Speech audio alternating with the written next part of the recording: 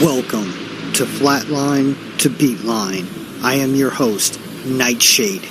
Let's do this.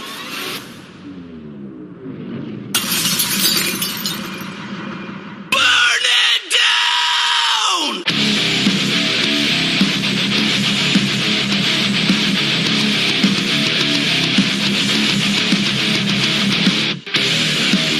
Are you intrigued by the dark? Do you feel a pull towards a path that many fear to venture down? Then prepare. As my guest is the author of the Spiritual Satanist Prayer Book and owner and operator of Dark Moon Merchant. She is Venus Satanas. Let's break through the noise. Venus Satanas, it is an honor and an immense privilege to have you on the show. Thank you so much for coming on. Thank you for having me on. This is a wonderful opportunity. I appreciate it. Many of my listeners are not familiar with who you are exactly. Some of us that are in the circles and in the loops know exactly who you are.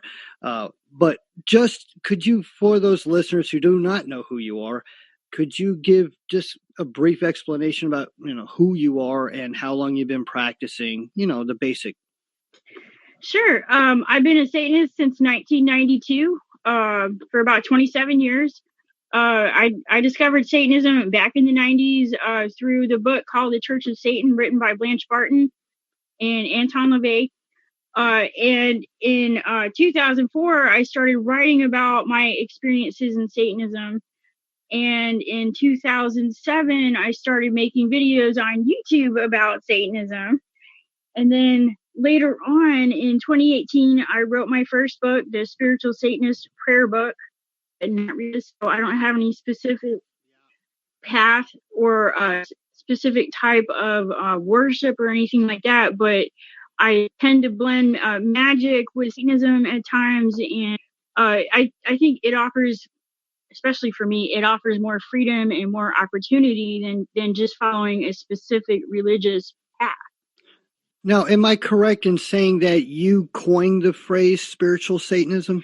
No, I think around 2004, the major rift between atheistic Satanism and theistic Satanism was kind of apparent when Diane Barra came out with her website and she started writing about theistic Satanism.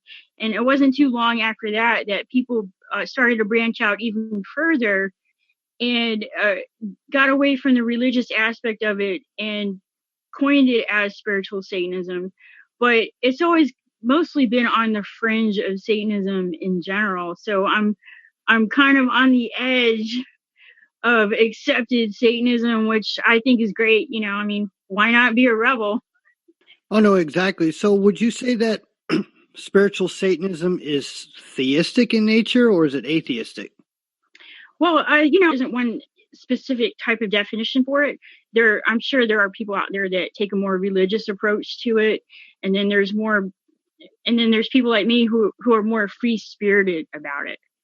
Okay, so many people of my listeners never even heard of spiritual Satanism. Could you, I guess, briefly describe what's entailed in spiritual Satanism? It's a spiritual understanding of Satanism. If behind nature, there's divination and their energies, and they're working with gods and demons. Satan as a spiritual force, mostly. Someone who is into spiritual Satanism is going to have a spiritual world view of things and a spiritual approach to Satanism. You wrote a book called The Spiritual Satanist Prayer Book. And of course, you did a YouTube video about a little over a year ago or so, going into it and kind of just briefly skimming through the pages. But for those who are not familiar with it, what exactly is in your book, The Spiritual Satanist Prayer Book? Yes, the Spiritual Satanist Prayer Book was written for people who are interested in developing a spiritual relationship with Satan and other satanic deities. And I noticed a while ago that a lot of people came to my prayer section at my website. So I felt like there was a need for people to learn how to reach out to these deities in a spiritual way. And what better way to do that than through prayer? And so I developed this spiritual Satanist prayer book for people who are looking to have a spiritual relationship with Satan. It's almost like you embody various different opinions. So, could someone be a spiritual Satanist and actually believe in a physical devil? Yes, they could. I mean, a lot of times the things that I talk about are just Satanism in general. But then on the flip side of that, I have my own personal beliefs, and I really try not to promote or project my personal beliefs into what I teach, because I want people to be able to find their own path in Satanism. That's how I believe it should be. People should have their own understanding and their own relationship with Satanism and Satan. I know many people, when they hear the term Satanism, many people are scared to even look into it. And, I've been practicing witchcraft for over 30 years. I've practiced Satanism, various forms of Satanism, and Luciferianism. And what many people do not realize is that it's not as dark as what people think. And a lot of this train of thought is really ingrained since they were born, primarily from an Abrahamic source. Do you agree with that? Oh, absolutely. It has been like that for a long, long time. And especially discovering Satanism in the 90s, especially in the early 90s, we were just coming out of a time in America where people were dealing with what is known as the Satanic Panic. And that was a very dark time here in America, where people were accused of doing the most heinous things, and everything was based on false accusations and recovered memory syndrome, and it was just insane. But luckily, I was kind of sheltered in that aspect, that when I finally did get into Satanism and I discovered it on my own, I didn't even really know about things like that. So I came to Satanism with a fresh mind. But also, I find that nowadays it seems like with activities with groups like the Temple of Satan, people are starting to get a real education about Satanism, and they're finding out that it's not what it really seems to be, and it seems to be getting a fair amount of good press lately, which is a good thing. But at the same time, it's kind of taken away the mystery of what we used to have as Satanists back in the 90s and through the early 2000s. Yeah, you're referring to the Satanic Temple, the more the political activism rather than the religious aspect of it. Yes. Yeah, they've actually drove a lot of wedges in various circles. That I can absolutely admit to. A lot of people. I talk to a lot of people, and I tell them not to fear the quote unquote dark. That in fact, you will find true understanding and true light inside the dark. Have you had that experience as well? Absolutely. Everything begins in the dark. It like life didn't just happen out of anywhere. It came from the dark. Your whole day begins from the night. So I think the darkness is a very important aspect of spirituality. I think people who are afraid to face the dark or maybe use it in a constructive way are really missing out on a whole other level of personal understanding and personal development. So I think that the dark is a very useful aspect. It is.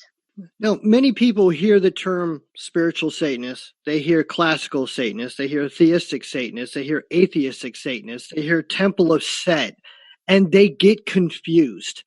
So, in essence, can you just briefly describe the difference between a spiritual Satanist and a theistic or atheistic Satanist? Yes, I think we should start with the atheistic Satanism. It seems that there are some Satanists who are more comfortable approaching Satanism as a philosophy, and to use the stories of Satan as an inspiration. And I think that's perfectly fine. If people find a release and an outlet in using the psychology of Satanism to live life, then that's a great thing. But then there are also some of us who have a more spiritual or religious leaning when it comes to anything. And we prefer something more structured based on religion, or something less structured based on spirituality. I don't think one path is better than another. It just comes down to personal preference.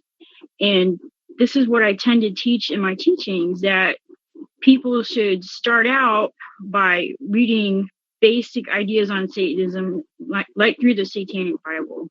But if they have a more spiritual leaning, then there is nothing wrong with exploring either the religious or spiritual side of Satanism. It just comes down to personal preference. What can a non-Satanist, a non-Luciferian, what can they benefit from reading your book? I think that it would help people to understand that there's more than just one way to approach life, and there's more than one way to approach spirituality. And that if people took the time to understand that even just like we talked about before, even the dark has its purpose and its meaning. And to find purpose and meaning in that, I think, is a very useful thing. You know what I mean? Oh, no, I absolutely agree.